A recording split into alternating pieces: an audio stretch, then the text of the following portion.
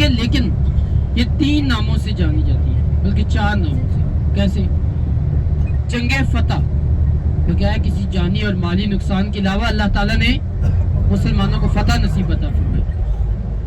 جنگ الاحزاب، سورۃ الاحزاب کے اندر اس کا مکمل ذکر ہے کہ یہاں پہ کفار کے اوپر عذاب نازل ہوا تھا۔ اس کے بعد جنگ خندق، جنگ خندق اسے کیوں کہا جاتا ہے؟ یہاں پہ خندق کھودی گئی تھی کہ یہاں پہ دشمن جو ہے مشرکین جو مکہ ہے وہ اس خندق کو پار نہ کر سکے۔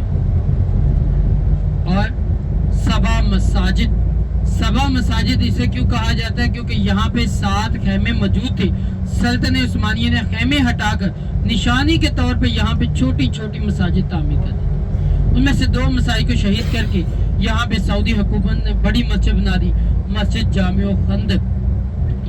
تو یہاں پہ جب آقا صلی اللہ علیہ وسلم کو پتہ چلا کہ کفار ہم پہ حملہ کرنے کے لیے تیار بیٹھے ہیں، روانہ ہو چکے، آقا صلی اللہ علیہ وسلم نے کیا کیا؟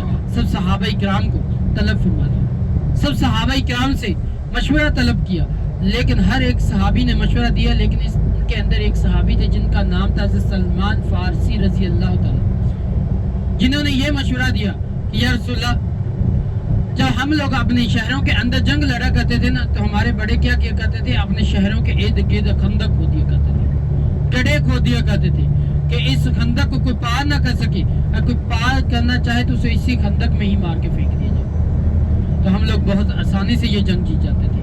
اگر تو آپ مناسب سمجھے تو ہم لوگ مدینہ کے باہر جبل سیلا کے پہاڑ کے دامن میں اگر تو ہم لوگ خندق کھودے، خندق کھود کے جنگ لڑے تو یقیناً اللہ تعالیٰ ہمیں فتح نصیب عطا فرمائے گا۔ آقا صلی اللہ علیہ وسلم کو یہ مشورہ بہت زیادہ پسند آیا۔ آقا صلی اللہ علیہ وسلم نے جگہ کا تعین کرنے کا حکم دیا، جگہ کا تعین کیا گیا، جبل سیلا سے لے کر جبل احد تک تقریباً 4 سے 4.5 کلومیٹر لمبائی میں 10 گز کا ٹکڑا ہر ایک صحابی کو دے دیا گیا، اور 10 گز کا ٹکڑا آقا صلی اللہ علیہ وسلم نے اپنے حصے میں بھی رکھا، خود کدالہ اٹھائے، اس خندق کو کھودا۔ اس کی لمبائی جبل سیلا سے جبل احد تک رکھی گئی 4 سے 4.5 کلومیٹر، اس کی چوڑائی اتنی رکھی گئی، ایک عربی گھوڑا اگر تو دوڑتا ہوا اس خندق کو پار کرنا چاہے، چھلانگ لگائے تو اس خندق کو پار نہیں کر سکتا تھا۔ گہرائی اتنی رکھی گئی، کوئی انسان اس کے اندر گر جائے اپنی مدد آپ کے تحت باہر نہیں نکل سکتا تھا، لیکن اسے کسی انسان نے پار نہیں کیا۔ کفار کا بہت بڑا سپہ سالار تھا جس کا نام تھا عمر بن عبدود، 90 سال کا بوڑھا، اس نے خندق کو پار کیا، زمین میں نیزہ گاڑا، زمین میں نیزہ گاڑ کر یہ لفظ دہرانے لگا کہ کوئی ہے مسلمانوں کے اندر مسلمان جو کہ میرا مقابلہ کرے اور اپنے پیارے حبیب آقا صلی اللہ علیہ وسلم کی جنت کا حقدار بن جائے۔ کون اٹھ کھڑے ہوئے؟ حضرت علی رضی اللہ تعالیٰ، آنا لہو، میں لڑوں گا۔ لیکن آقا صلی اللہ علیہ وسلم نے بیٹھنے کا حکم دیا، بیٹھ گئے۔ دوسری بار پھر سے عمر بن عبدود کہتا ہے کوئی ہے مسلمانوں کے اندر مسلمان جو میرا مقابلہ کرے، اپنے آقا صلی اللہ علیہ وسلم کی جنت کا حقدار بن جائے۔ دوسری بار بھی حضرت علی رضی اللہ تعالیٰ نے اٹھ کھڑے ہوئے، آنا لہو، میں لڑوں گا۔ دوسری بار بھی آپ کو بٹھا دیا گیا، لیکن جب تیسری بار کہتا ہے کہ کوئی مسلمانوں کے اندر ایسے مسلمان موجود نہیں جو میرا مقابلہ کر سکے، اپنے پیارے حبیب آقا صلی اللہ علیہ وسلم کی جنت کا حقدار بن سکے۔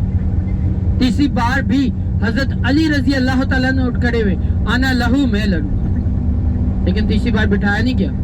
آقا صلی اللہ علیہ وسلم نے اپنا جنگی لباس دیا، اپنی تلوار دی، حکم دیا جا کے اس کا مقابلہ کرو۔ حضرت علی اپنے چہرے مبارک کے اوپر کپڑا لپیٹتے عمر بن عبدود کے سامنے جا کے کھڑے ہو جاتے۔ عمر بن عبدود یہ لفظ دہراتا ہے، کیا تمہیں معلوم نہیں ہے میں اکیلا 1000 کی تعداد کا مقابلہ کرتا ہوں، میری ماں نے میرا نام عمر بن عبدود رکھا ہے، میں کسی سے ہارتا نہیں ہوں، تو تم میرا مقابلہ کرنے کے لیے چلے آئے ہو۔ تو حضرت علی رضی اللہ تعالیٰ نے کہتا ہے کہ تم اپنے چہرے سے یہ پردہ ہٹاؤ، مجھے پتہ چلے تم کون ہو جو مجھ سے لڑنے کے لیے آیا، کیا نام ہے تمہارا؟ تو حضرت علی رضی اللہ تعالیٰ نے فرماتے تم اپنی چھوڑو، کیا تمہیں یہ معلوم ہے میری ماں نے میرا نام کیا رکھا ہے؟ میری ماں نے میرا نام حیدر رکھا ہے، میں اللہ کا بھی شیر ہوں، اللہ کے رسول کا بھی شیر ہوں۔ پردہ ہٹاتے عمر بن عبدود کہتا ہے کہ اے علی تم میرے دوست کے بیٹے ہو، تم میرے بھتیجے ہو، لہٰذا تم واپس چلے جاؤ، میں تم سے لڑنا نہیں چاہتا۔ تو عمر بن عبدود کے الفاظ سن کے تو حضرت علی رضی اللہ تعالیٰ نے یہ الفاظ سنتے عمر بن عبد سے فرماتے کہ تم اپنی خیر مناؤ، لیکن میں مقابلے کے لیے میں مقابلہ ہی کروں گا، میں مقابلہ ہی کروں گا، تم مجھ سے لڑو۔ عمر بن عبد کہتا ٹھیک ہے، تم مجھ سے لڑنا چاہتے ہو نا، میں کسی کو مارتا ہوں، اس کی 3 آخری خواہشیں پوچھتا، تم بھی اپنی بتاؤ۔ تو حضرت علی فرماتے پہلی جو میری خواہش ہے وہ یہ ہے کہ تم یہ میدان چھوڑ کے بھاگ جاؤ۔